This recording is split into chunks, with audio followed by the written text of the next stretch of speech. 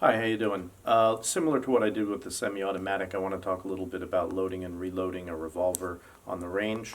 Obviously, we're on a range, so we're not in some sort of a self-defense situation. However, like I mentioned before with the semi-automatic, I sort of believe in doing things one way, so that when you do things like matches and practicing for defense, things like reloads are pretty much automatic, and you don't have to think about doing it one way on the range and then doing it another way from the pouch and the holster. Okay, so come on over, and you can obviously, if you don't have a speed loader like one of these Comp 3s, you can reload the revolver from the box. That's not a problem on the range. However, the manipulations with the gun when I'm done shooting it, how I'm going to open the cylinder, how I'm going to stage the gun in my hand to reload it is going to be the same as if I was doing it from a pouch. Okay, so I have 2 more rounds left in my gun here. Notice I have the speed loader on my right side, similar to if I had it in a pouch. I'm basically going to demonstrate the reload, and then I'll go through it step by step on a dry gun just so you can see the mechanics of it. So I'll fire my last 2 shots.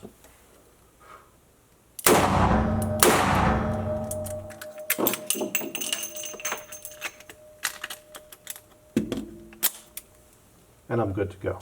Okay? So let's go over that slowly.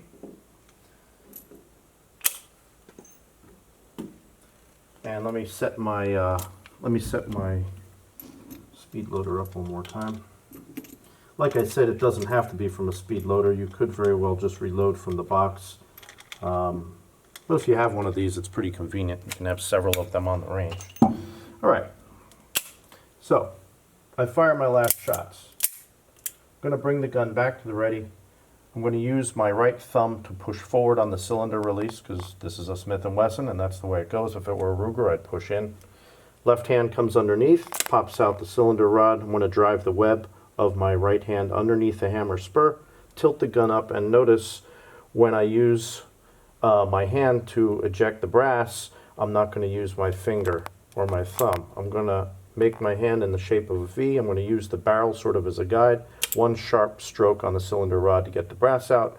Grab the gun in my left hand, bring it down, grab the speed loader, load the gun, close the cylinder with my thumb, and I'm good to go again. And if I were reloading from a box, I could do it just like this. I'm not in a big hurry. Point is, I want to just do the same thing mechanically with my hands in terms of manipulating the gun on the range. So that's the right hand version. If I were shooting left-handed, okay, not too difficult. Fire my last shots, I come back. What I'm going to do is I'm going to use my left thumb to manipulate the cylinder release button, kind of like a cross T technique. I'm going to push. I'm going to use my right thumb to pop the cylinder out. I'm going to grab the cylinder just like this, tilt it up, pop out the brass, butt to belly here. I'd have the reloader on this side. I'd reload the gun, close it with my index finger like this, and I'm ready to go. That's simple.